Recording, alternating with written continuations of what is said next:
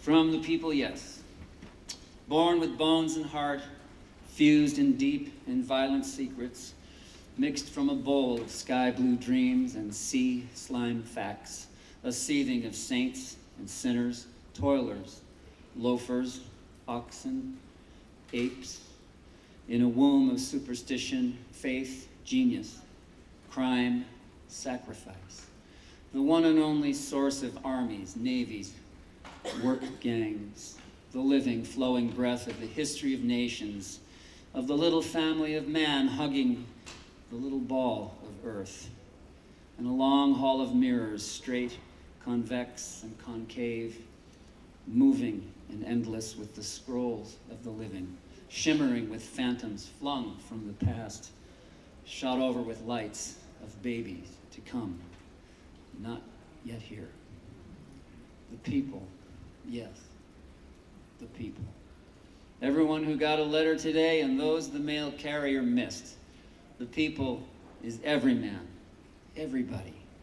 Everybody is you and me and all others. What everybody says is what we all say. And what is it we all say? Where are you from, stranger? Where were you born? Got any money? What do you work at? Where is your passport? Who are your people? And this is right out of the American Song Bag, a song written around the years of statehood in Illinois. And in order to become a state, they had to get people to move here. So they would hire singers like me to go to places like Ohio and Indiana and Kentucky and lie to everybody, tell them how great it would be to come to Illinois. And of course they wanted people to learn how to say the name of our state, so they spelled it right out in the book, E-L-A-N-O-Y, Illinois. Here's your chorus. Oh, move your family westward, bring all your girls and boys, and rise to wealth and honor in the state of Illinois. It's kind of funny already, isn't it? Sing it with me. Oh, move your family westward, bring all your girls and boys, and rise to wealth and honor in the state of Illinois.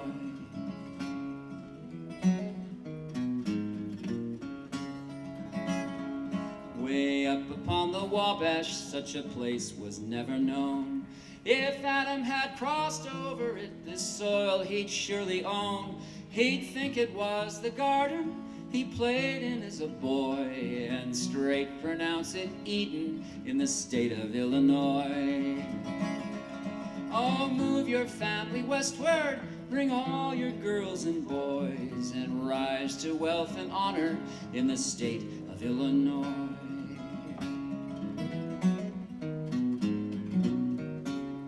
Way up in the northward upon the borderline, a great commercial city, Chicago you will find.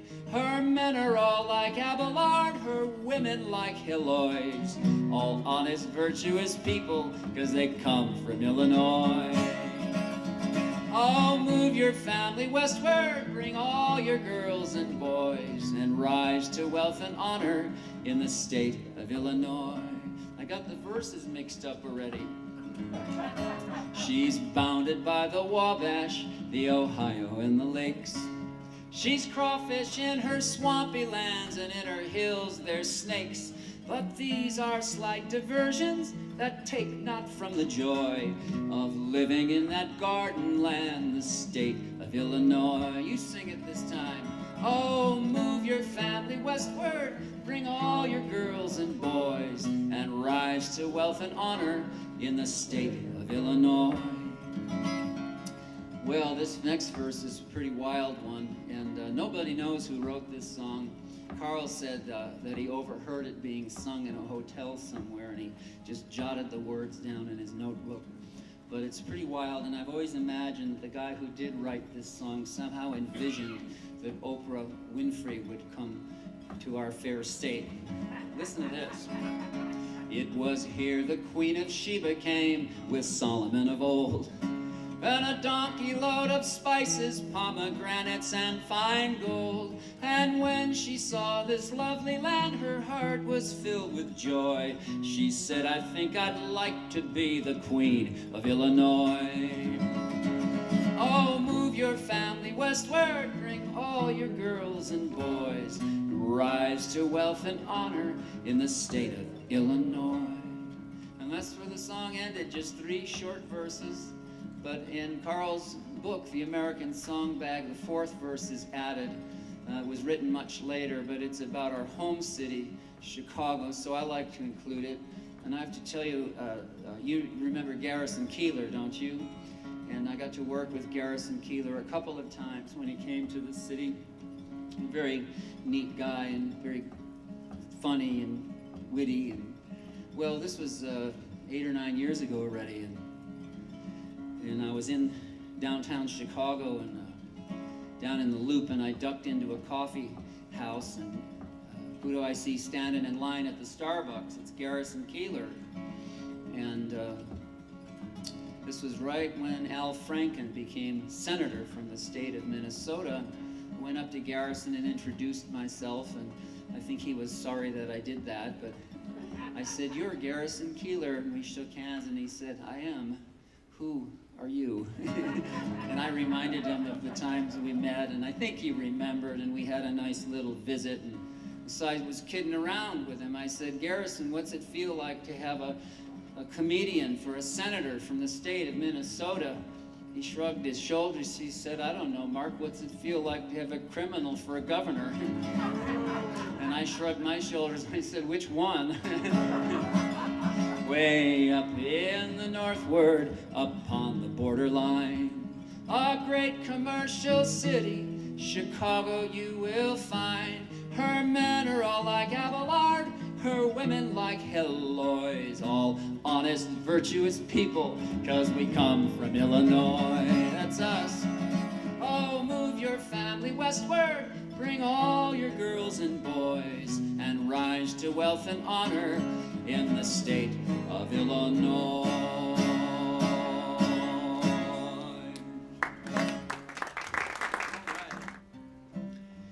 Peeping through the knothole on Grandpa's wooden leg, oh, who'll wind the clock when I am gone?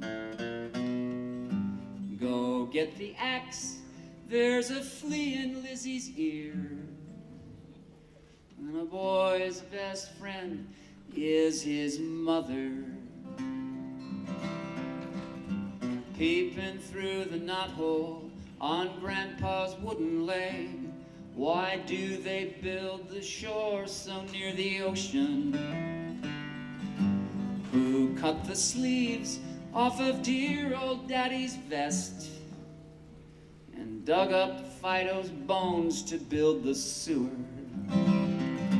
A horsey stood around with his feet upon the ground. Oh, who'll wind the clock when I am gone? Go get the axe, there's a flea in Lizzie's ear, and a boy's best friend is his mother. I love you, said a great mother. I love you for what you are, knowing so well what you are. And I love you more yet, child, deeper yet than ever, child, for what you are going to be, knowing so well you are going far, knowing your great works are ahead and beyond, yonder and far over yet. I fell from a window, a second-story window. I caught my eyebrow on the windowsill. The cellar is behind the door, Mary's room is behind the axe, and a boy's best friend is his mother.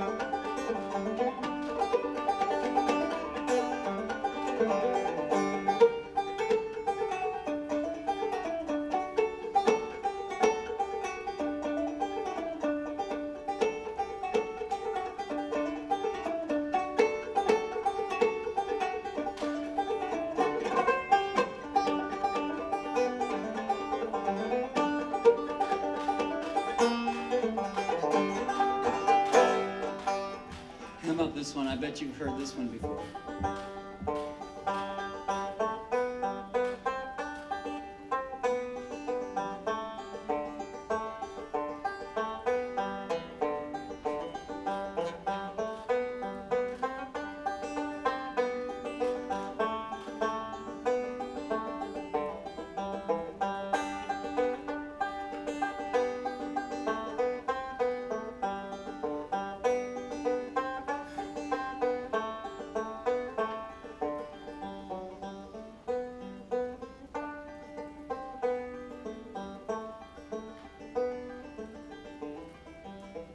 Pretty little melody.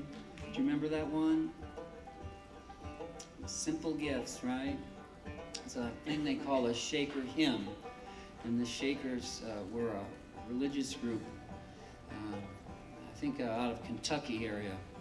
And they were known for many things, and they were called Shakers because one of the rituals they performed was they'd do this dance and shake all around, and they were known as very reliable people and very talented craftspeople.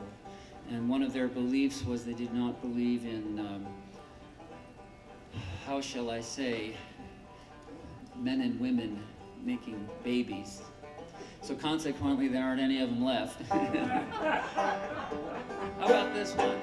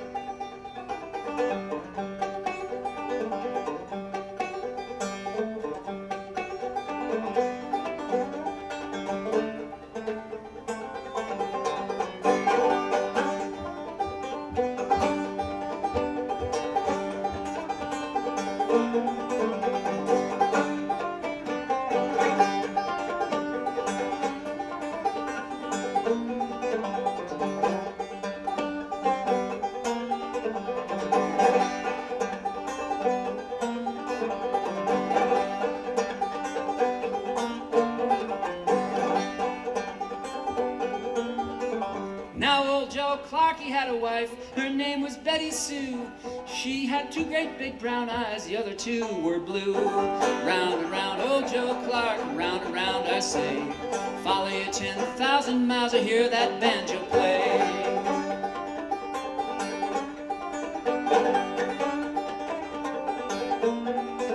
There's 15 miles of gravel road, 18 miles of sand. If I ever come this way again, I'll be a married man. But I wouldn't marry an old school teacher. Tell you the reason why. She blows her nose in the cornbread and she calls it pumpkin pie. Round and round, old Joe Clark, round and round I say. Follow you 10,000 miles to hear that banjo play. Hey, fare thee well, old Joe Clark, goodbye Betsy Brown. Fare thee well, old Joe Clark, bound to leave this town.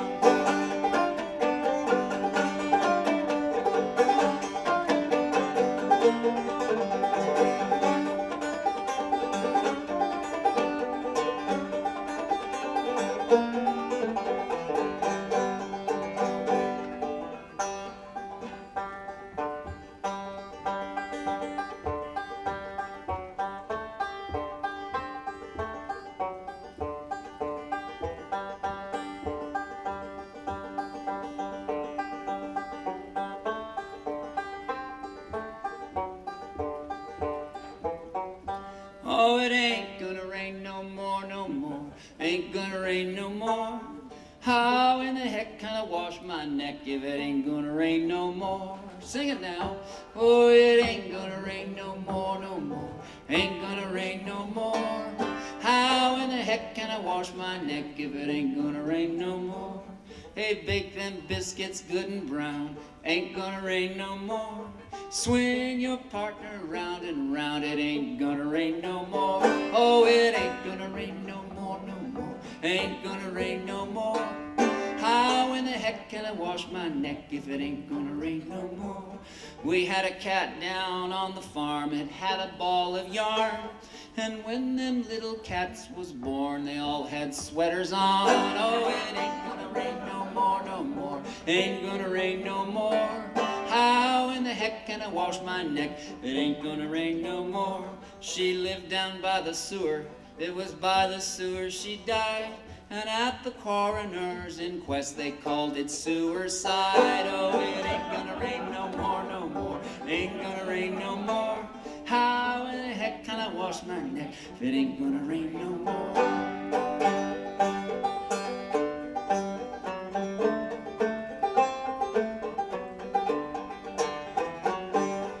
Well, I went to see the gypsy at the fortune-telling place.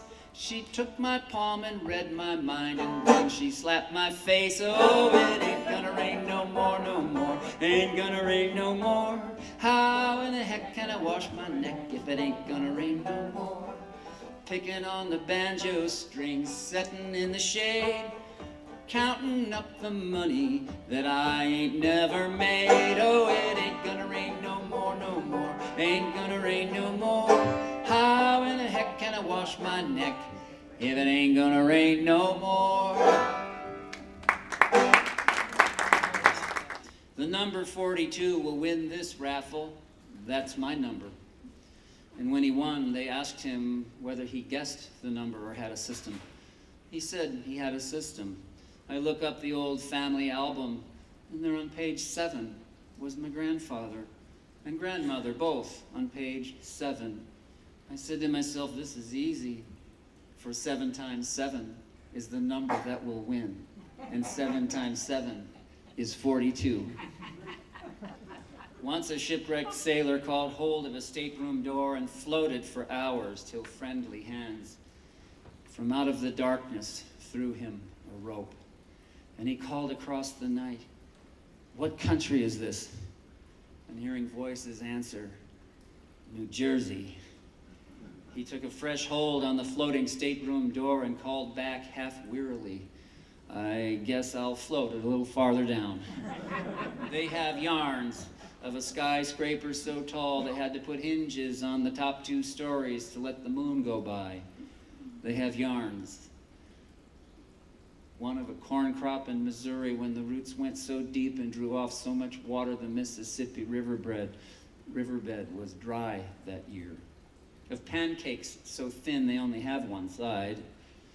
They have yarns of a mountain railroad curve where the engineer in his cab can touch the caboose and spit in the conductor's eye. Of a boy who climbed a cornstalk growing so fast he would have starved half to death if they hadn't shot biscuits up to him. Of the old man's whiskers. When the wind was with him, his whiskers arrived a day before he did. They have yarns of the hen laying a square egg and cackling, "Ouch!" and of hens laying eggs with the dates printed right on them. They have yarns of the sheep counter who was fast and accurate.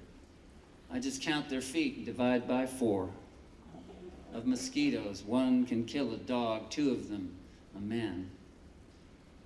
They have yarns of pigs so thin the farmer had to tie knots in their tails to keep them from crawling through the cracks in the pen. Of Paul Bunyan's big blue ox, Babe, measuring between the eyes 42 axe handles and a plug of star tobacco. Exactly. They have yarns of John Henry's hammer and the curve of its swing and his singing of it as a rainbow round my shoulder.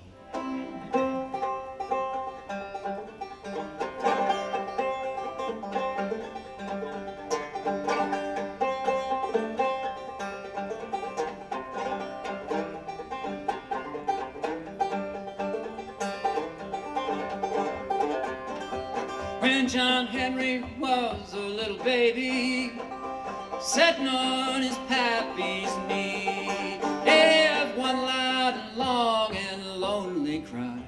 This hammer be the death of me, Lord, Lord. This hammer be the death of me. Yeah, this hammer be the death of me, Lord, Lord. This hammer be the death of me. You know, the captain said to John Henry, I'm gonna bring me a steam drill round.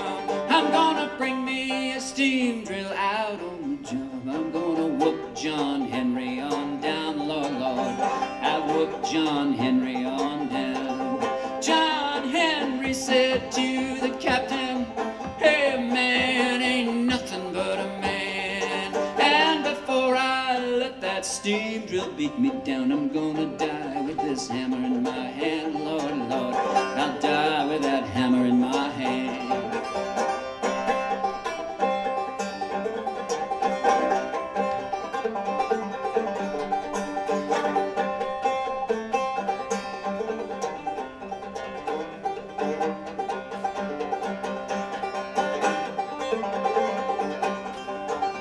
Sunshine so hot and burning, Lord, there wasn't no breeze at all. Sweat rolling down like water from a hill the day John Henry let his hammer fall, Lord, Lord.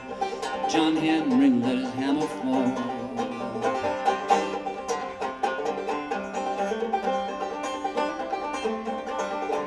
John Henry sang to his shaker, hey man, why don't you pray? If I miss that little bitty steel, tomorrow'll be your burying day, Lord, Lord. Tomorrow'll be your burying day.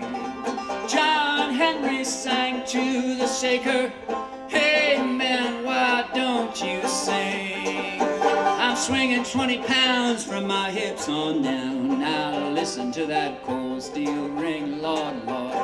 Listen to that cold steel ring.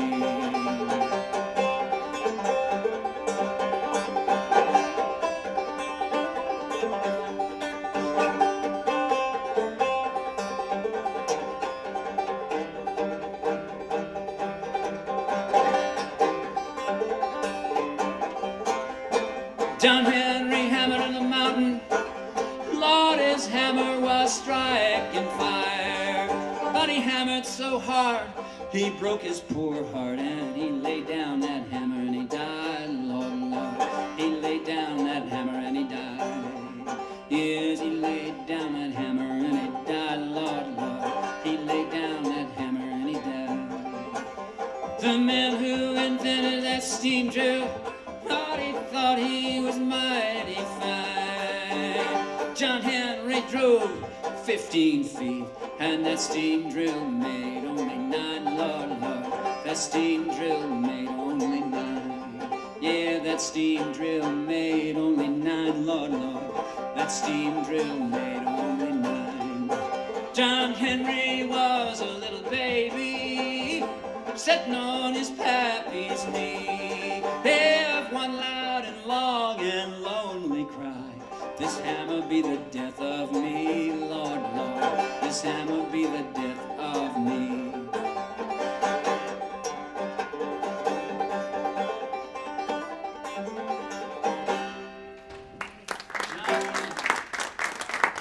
Here's a poem now that is from Chicago Poems, Carl Sandburg's first book. It's called Happiness. I asked professors who teach the meaning of life to tell me, what is happiness? And I went to famous executives who bossed the work of thousands of men. They all shook their heads and gave me a smile as though I was trying to fool with them. And then one Sunday afternoon, I wandered out along the Des Plaines River, and I saw a crowd of Hungarians under the trees with their women and children, a keg of beer, and an accordion. And this is from a very wonderful collection of urban images from the industrial Midwest. It's called Smoke and Steel, and this poem is titled The Mayor of Gary. I asked the mayor of Gary about the 12-hour day and the 7-day work week. And the mayor of Gary answered, more workmen steal time on the job in Gary than any other place in the United States. Go in the plants, he said, and you'll see men sitting around doing nothing. Machinery does everything, said the mayor of Gary when I asked him about the 12-hour day and the 7-day work week. And he wore cool cream pants, the mayor of Gary, and white shoes, and a barber had fixed him up with a shampoo and a shave, and he was easy and imperturbable, though the government weather bureau thermometer said 96. And the children were soaking their heads at the bubbling fountain on the street corner. And I said goodbye to the mayor of Gary, and I went out from the city hall and turned the corner onto Broadway, and I saw workmen wearing leather shoes, scruffed with fire and cinders and pitted with little holes from running molten steel. And some had bunches of specialized muscles around their shoulder blades, hard as pig iron. Muscles of their forearms were sheet steel. And they looked to me like men who had been somewhere.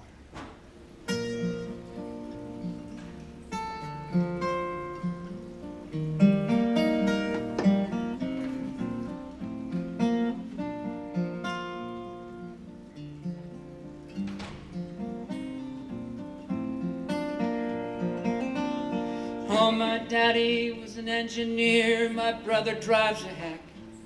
Sister takes in laundry, and the baby balls the jack. And it looks like I'm never gonna stop my wandering.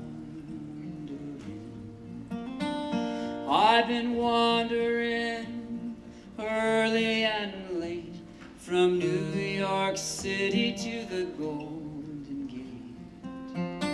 And it looks like I'm never gonna stop my wandering. I've been working in the army, working on a farm. All I gotta show is this muscle in my arm. And it looks like I'm never gonna stop my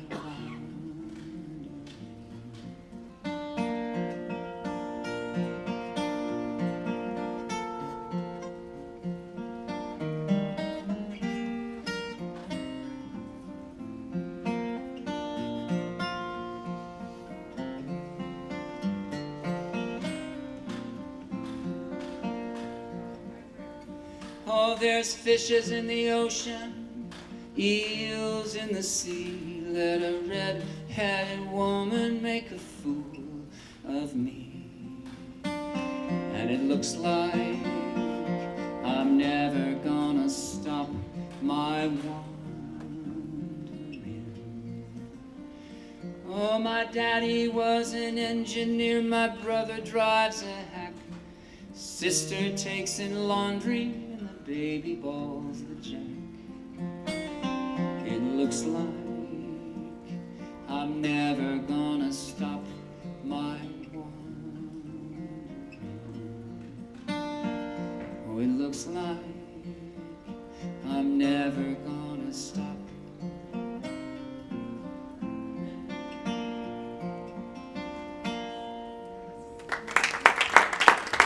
A father sees a son nearing manhood. What shall he tell that son? Life is hard.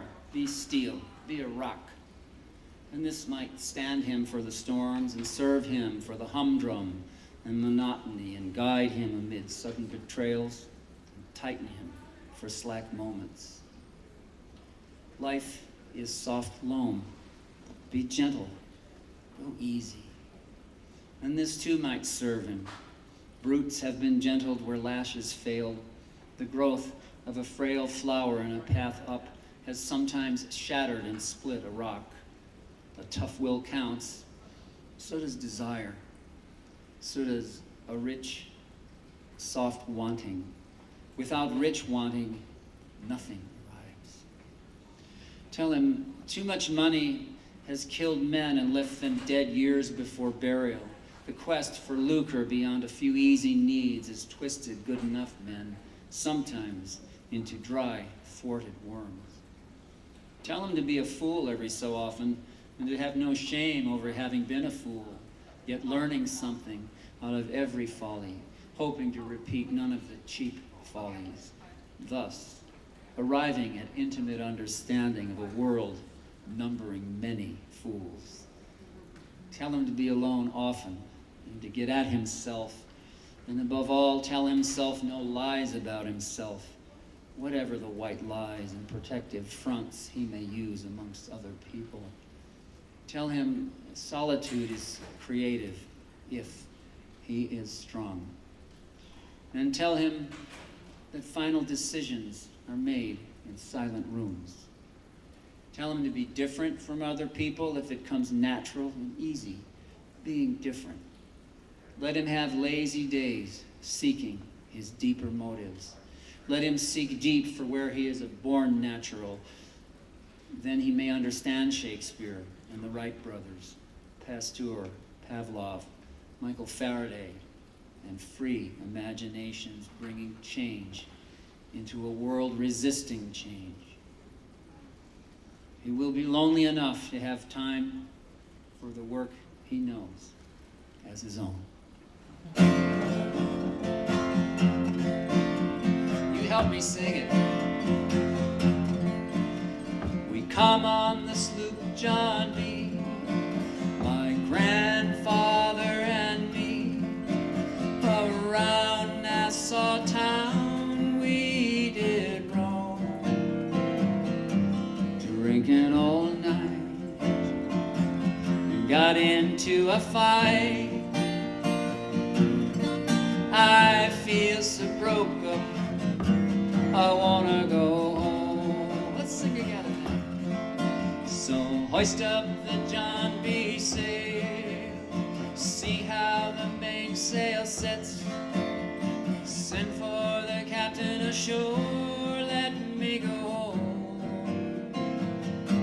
I wanna go home, I wanna go home.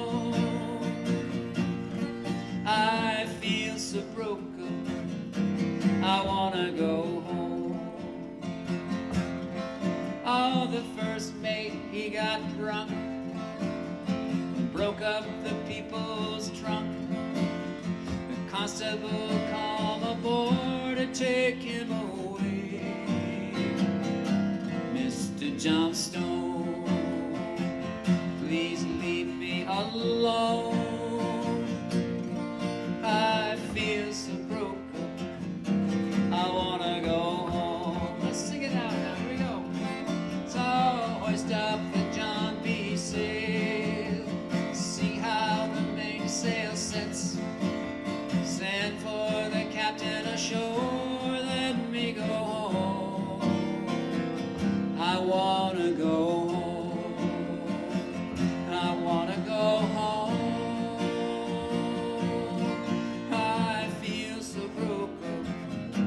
I wanna go home. Yeah, the poor cook, he got the fits, threw away all of my grits. Then he went and he ate up all of my corn. I wanna go home, I wanna go home. This is the worst trip since I have been born. So hoist up the John B. sail, see how the mainsail sets, send for the captain ashore, let me go home. Oh, I wanna go home, I wanna go home. I feel so broke up, I wanna go home. Oh, I feel so broke up, I wanna go home. People will live on. The learning and blundering people will live on. They will be tricked and sold and again sold and go back to the nourishing earth for rootholds. The people so peculiar in renewal and comeback, you can't laugh off their capacity to take it. The people so often sleepy, weary, enigmatic is a vast huddle with many units saying, I earn my living, I make enough to get by, and it takes all my time. If I had more time, I could do more for myself and maybe for others. I could read and study and talk things over and find out about things. It takes time. I wish I had the time. Between the finite limits of the five senses and the endless yearnings of man for the beyond, the people hold to the humdrum bidding of work and food, while reaching out when it comes their way for lights beyond the prisms of the five senses, for keepsakes lasting beyond any hunger or death. This reaching is alive. The panderers and liars have violated it and smutted it. Yet, this reaching is alive yet, for lights, for keepsakes. The old anvil laughs at many broken hammers. There are men who can't be bought. The fireborn are at home in fire. The stars make no noise. You can't hinder the wind from blowing. Time is a great teacher. Who can live without hope? In the darkness, with a great bundle of grief, the people march. In the night and overhead, a shovel of stars for keeps, the people march. Where to? What next? Thank you.